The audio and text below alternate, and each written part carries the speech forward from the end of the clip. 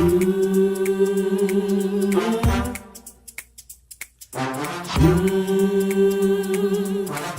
talk the cut.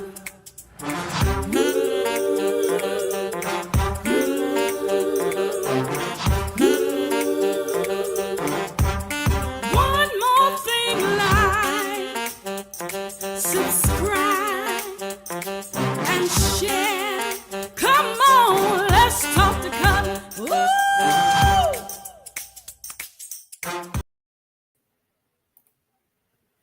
Hey, good evening, everybody. It's Cutler here in the Let's Talk the Cutler virtual book club, Let's Talk the Cutler YouTube channel, the Let's Talk the Cutler. Let's spend these 1800 seconds together on this Tuesday. It is the 7th of October. I hope you all are doing well. I hope you had a great weekend.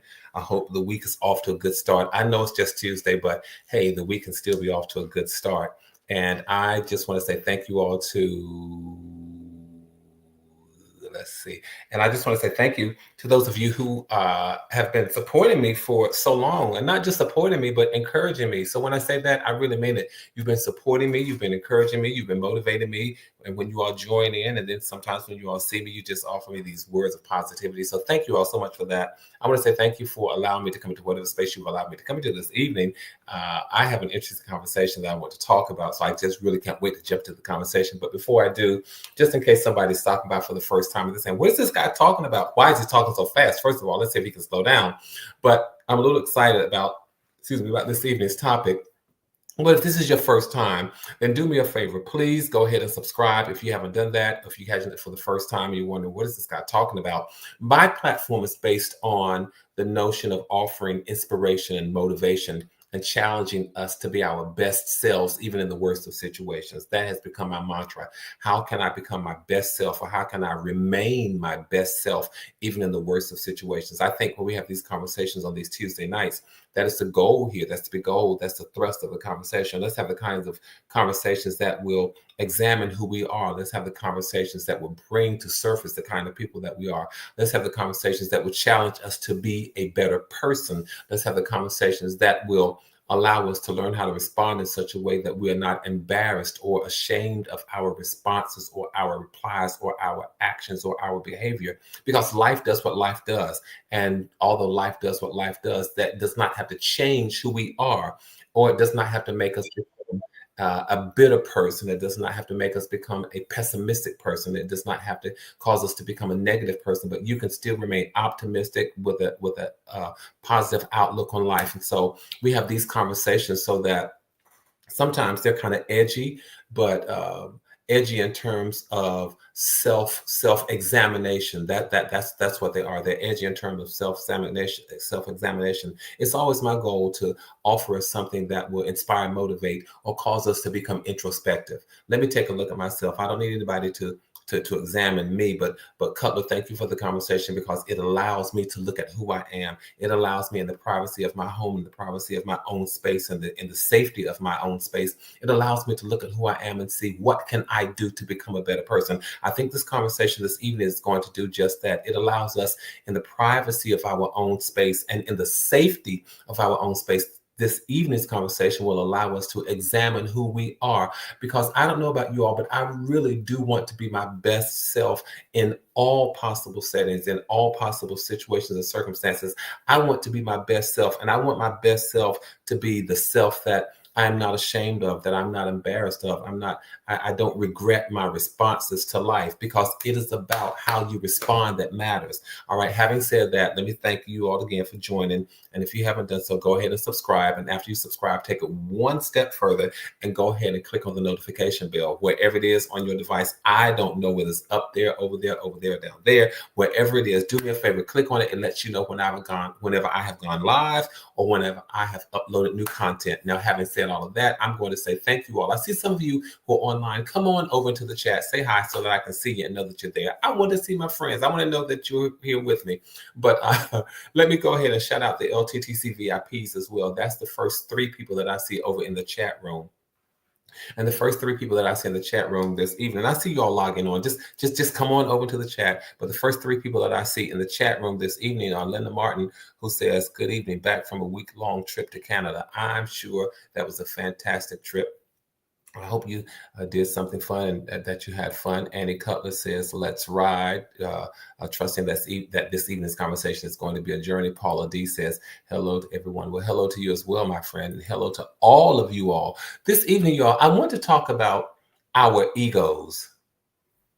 I want to talk about an ego, and I hope I don't get in trouble with this conversation because the the conversation about an ego can be a bit challenging. Yeah, just to be honest, the conversation about the ego can be a bit challenging because I could pose the question: is it a good thing or a bad thing to have an ego? And then I would ask you all, what do you think? Do you think it's a good thing or a bad thing to have an ego? Now, just let that question marinate. You don't have to put it in the chat. You can if you want to. You can respond in the chat if you want to. But here's the question: do you think it's a good thing or a bad thing to have an ego? Well, Cutler, can you define an ego? Let's talk about what the ego is before we define it, before we can decide whether or not it's a good thing or a bad thing to have one. Well, the ego is your sense of self-esteem. It is your sense of self-importance. And so the question becomes, is it a good thing or a bad thing to have an ego?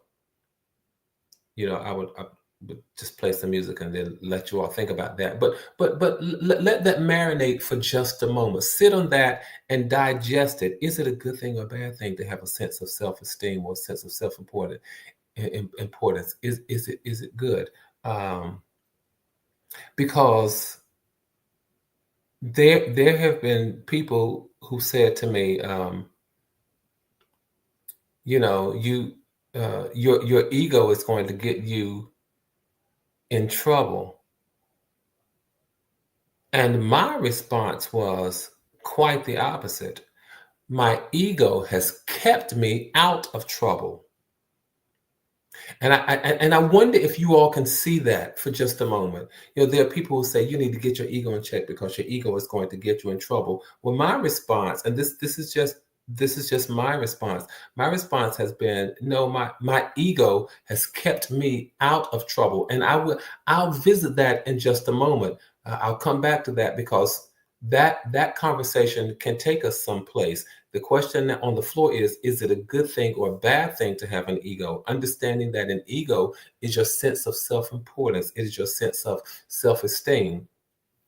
And I would offer that having an ego is not necessarily a good or a bad thing. It's kind of that double-edged sword that can sometimes it can drive your success and your confidence, or it can lead to negative traits. It can lead to negative traits like arrogance and conceit and entitlement and being overly defensive, all of those sorts of things. But there's something to be said for what some people call a healthy ego. Because that a healthy ego can help you navigate life. It can help you deal with the challenges that you face. It can help you handle what's coming your way, as opposed to not knowing how to function and to fall apart when life happens and when challenges come your way. You just don't know how to navigate life. You don't know how to handle some things. But I think the key for us, you all, is to learn how to balance. How do we balance the things that are happening in life? So when it comes to the ego, it's a matter of balance and self-awareness. Let me make sure that I'm aware of what's going on. Let me make sure I'm aware of how I present myself. Let me make sure I'm aware of how I show up, to make sure that having an ego in most cases is a good thing and it remains a helpful tool rather than this kind of destructive force that works against us. All right. So then I would say to people, when people say, to me that your ego is going to get you in trouble, my response was, no, my ego has kept me out of trouble. Well, Cutler, what does that mean? For me, it meant that I had a sense of self-esteem. I had a sense of self-importance. There were some things that I would not do because I realized that I was too important to allow myself to go into some situations and circumstances. And so from that perspective, you all, when people start talking about you and your ego, you have to realize, no, it's not that my ego is going to get me in trouble. The truth of the matter is my ego has kept me out of trouble because I realize in the grand scheme of things, I'm important. And that has nothing to do with arrogance. It has nothing to do with conceit, but it has nothing to do with thinking that you're better than anybody. But may I suggest to you all that while you may not be better than anybody, there are some situations and circumstances that you are better than. You are better than some situations and circumstances that come knocking on your door. You are better than some situations and circumstances that come rubbing their feet on your welcome mat. You are better than some situations and circumstances that people bring you. When people bring you junk and gossip and news and all such sorts of stuff, you are better than some of those situations. When people want to drag you down or drag you into conversations where nothing positive can come out, you are better than those situations and circumstances. And rather than allowing people to drag you into those kinds of things, you say, no, my ego keeps me out of that, because what I realize is that I am too important to have my name mixed up in some mess and some garbage. And so then your ego keeps you out of that stuff. A healthy ego can be beneficial. So don't let people start talking about ego as if it is a bad thing. That's why I wanted to have this conversation. I wanted to have this conversation and just talk about the ego and remind us, there's nothing bad about it. As we're getting ready for the holidays and you're getting ready to visit people and getting ready to go to social events and all these sorts of things over these next months, allow your ego to keep you out of trouble. I don't want my name tied up in that. I don't want to mar my good reputation. I don't want to do any damage to my credibility. I don't want to scar my integrity. And it is a healthy ego that allows you to say things like that, even if you have to say those to yourself. It is knowing that you are aware of your importance in the whole scheme of things, and you walk around this self-respect and self-esteem that keeps you out of a lot of junk and mess and garbage. It allows you to process how you're going to respond, how you're going to react. I'm not going to laugh at every joke. I'm not going to accept every invitation. I'm not going to visit every place where I'm asked to visit. I'm just not. I'm not going to participate in every conversation where the welcome mat has been extended. I'm not going to do that, because I realize I do have self-esteem and self-importance, and I don't want to pause. You ever heard of the saying, a dog who will carry a bone will bring a bone? There's some things that I just don't get caught up in, you all. I don't. And whether you call it ego or anything else, there's some things that I say, I am above certain things, not people, not above certain people, but I'm above certain things. And you have to say that as well and be okay with it. People may say, well, he thinks he's better or she thinks she's better. No. That is not the case. And so I want to share with you all, be okay with who you are. Be okay with the strength and the pride that you stand in and walk in and sit in and show up in and be in. When you understand who you are in the grand scheme of things, when you realize who you are in all of creation, and that there's some things that really are small things, and the saying says, don't sweat the small stuff. And there is a lot of small stuff that sometimes people sweat, and they spend needless energy in dealing with those things. Having a healthy ego will keep you out of a lot of things. It gives you this confidence whereby you say, no, that right there, that's going to be an obstacle for me if I get entangled with that. And I don't need to get entangled with that.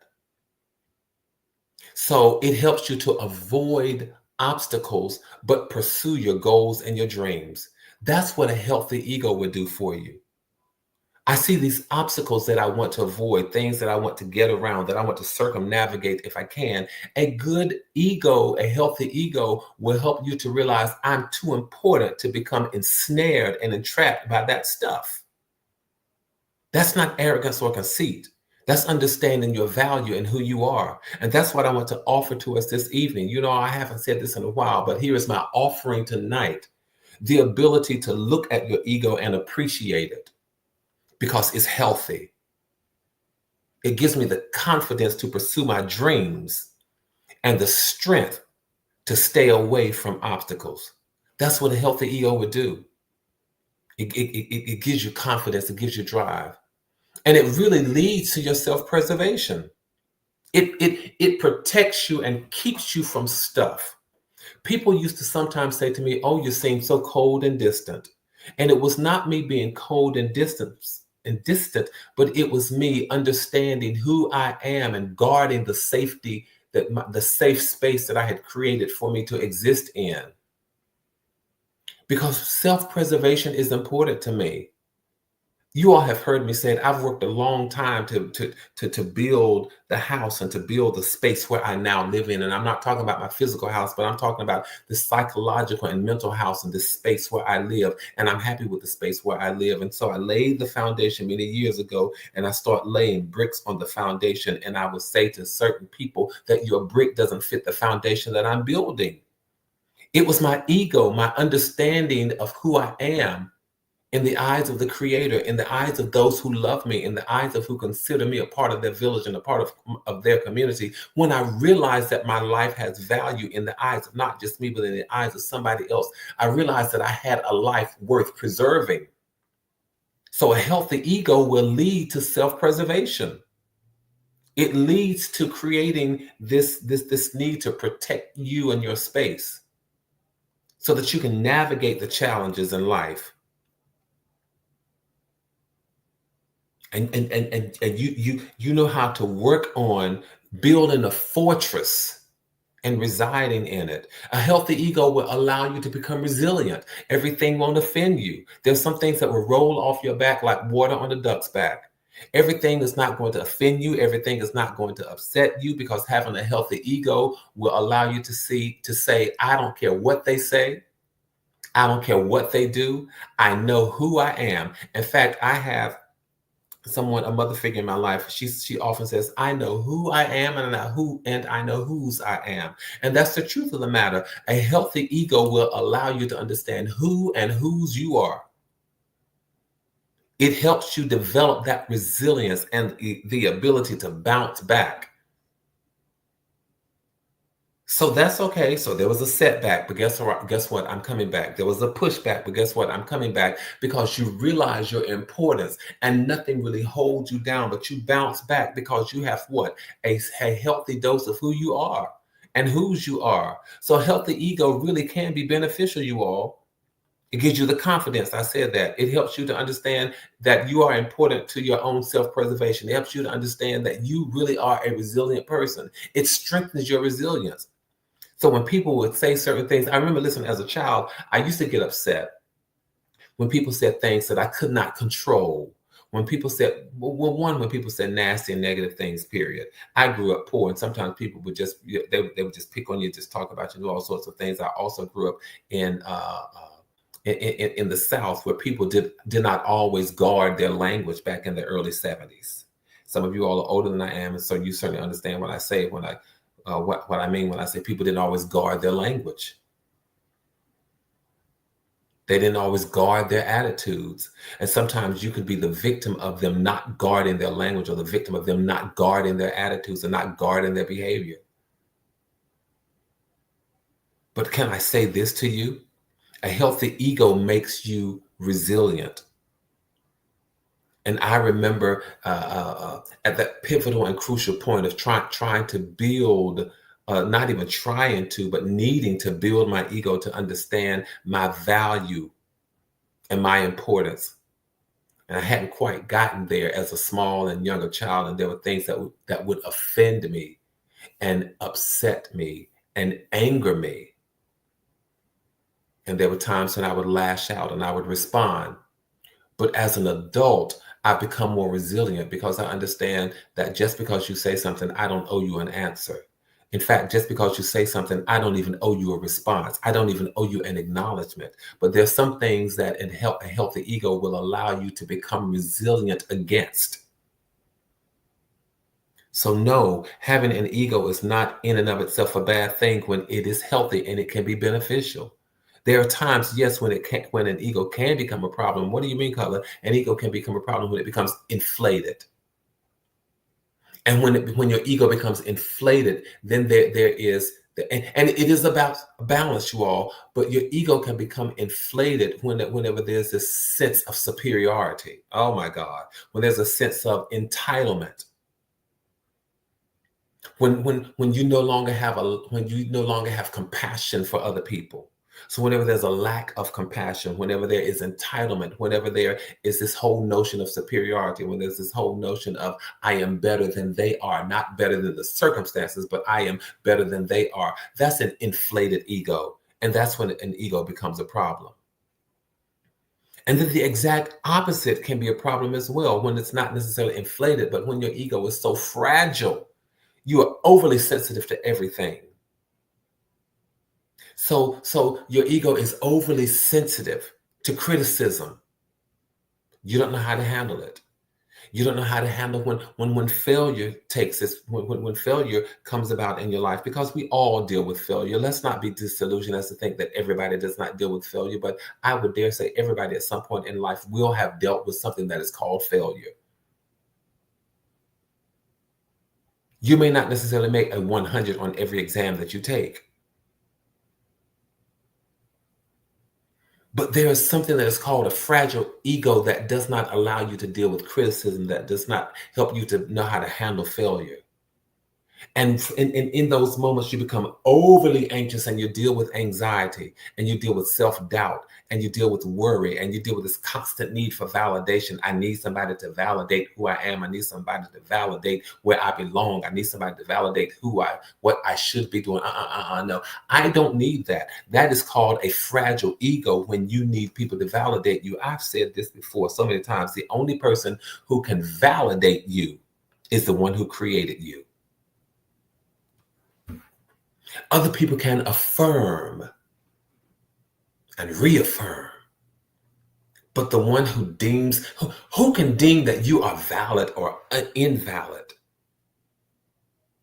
right? And so that's when an ego becomes a problem, either when it's overly inflated, or when it is so fragile that everything upsets you, everything hurts you, everything breaks you, everything causes anxiety, everything causes depression, criticism will just take the wind out of your sail for a good week and a half, and you find yourself in the hospital because somebody said they didn't like the outfit that you were wearing, or somebody didn't like your haircut.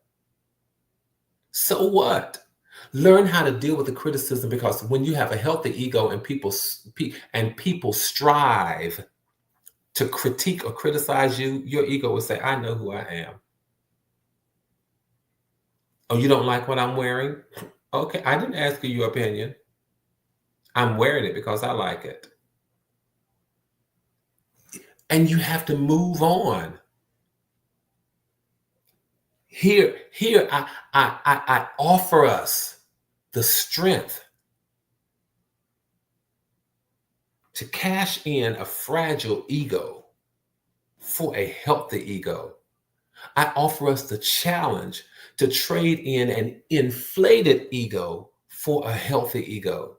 Because what happens whenever when your ego can become a problem, and a lot of times we become defensive, overly defensive. Because when people start challenging who we are and how we show up in our image and what we've done and our appearance and how we speak, how we dress, how we walk, how we talk, how we do what we do, why we make certain decisions, why we respond certain kinds of ways, we can become very defensive. Because now we feel vulnerable. We feel like I showed my hand and they attacked me. I showed my heart and they deceived me. And so we can become defensive because we forget to stand in who we are. We forget how to stand in who we are. We forget how to stand in whose we are. And so what we do, we become defensive. And we feel that we feel this unhealthy need to lash out and to lash back and to become defensive. Because now you've criticized how I show up. You've criticized my image. You've criticized my belief system. All of that now feels threatened and challenged and intimidated, and so we become overly defensive. And that's when your ego can become a problem. Your ego can also become a problem when you start comparing yourselves with other people, to one extreme or the other. and you start feeling inferior to those people, your ego is a problem. If your ego, if you start comparing yourself to people and you feel inferior to anybody, your ego is a problem. Your ego has not served you well, because your ego should be able to see, cause you to see beyond the person and see a circumstance. You think you are inferior. You're not inferior to anybody. You may not have some of the assets, the physical things that they have, but you are not inferior to anybody. By the same token, the converse of that is true. You're not superior to anybody. And my goodness, I just, to think how many people run around with superiority complexes thinking that they really are superior to other people. Can I say this? Just because you have more than another person has, just because you have more things and assets than another person has, that does not mean that your life is worth more than theirs. It does not mean that you're any more important than they are. So don't let your ego cause you to think that you are inferior to anybody, because you're not. Don't let your ego cause you to think that you are superior to anybody, because you're not. An unhealthy ego can cause you to start making negative comparisons, and then a negative ego can cause you not to grow. It can cause you not to adapt to change, because this is how things are. And I measure my importance based on where things are. I measure my worth based on where things are. And I am not subject to change anything, because I'm okay with where we are now.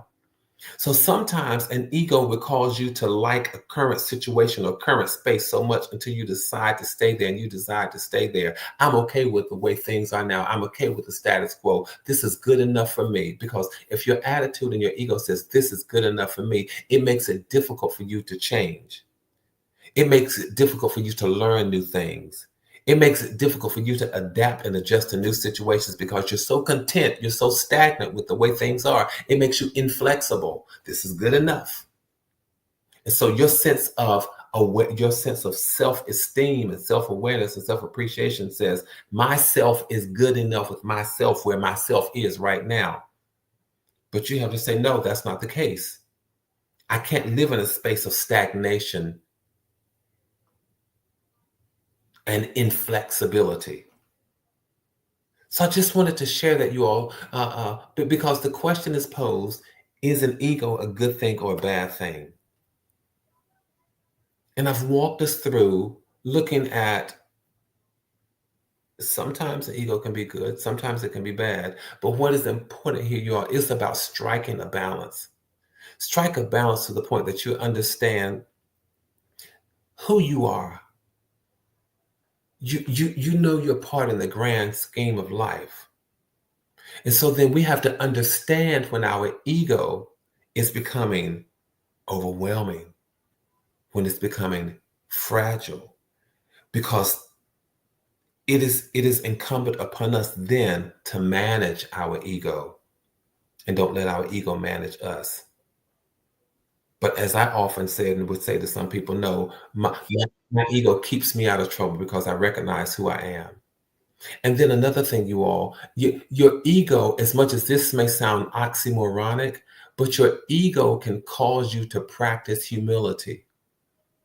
Yes, I'm open to new ideas and new information and new perspectives.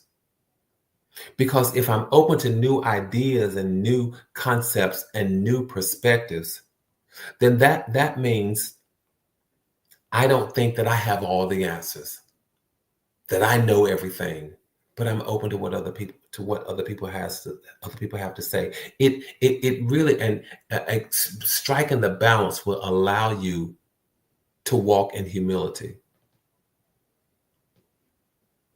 I'm not better than anybody, but I'm not less than anybody. I live in a space where I can learn from others. I can learn from life. And so I walk in enough humility to know that I am not the end all be all. I don't have all the answers and I never will. And that helps you to practice humility. It helps you to keep your ego in check.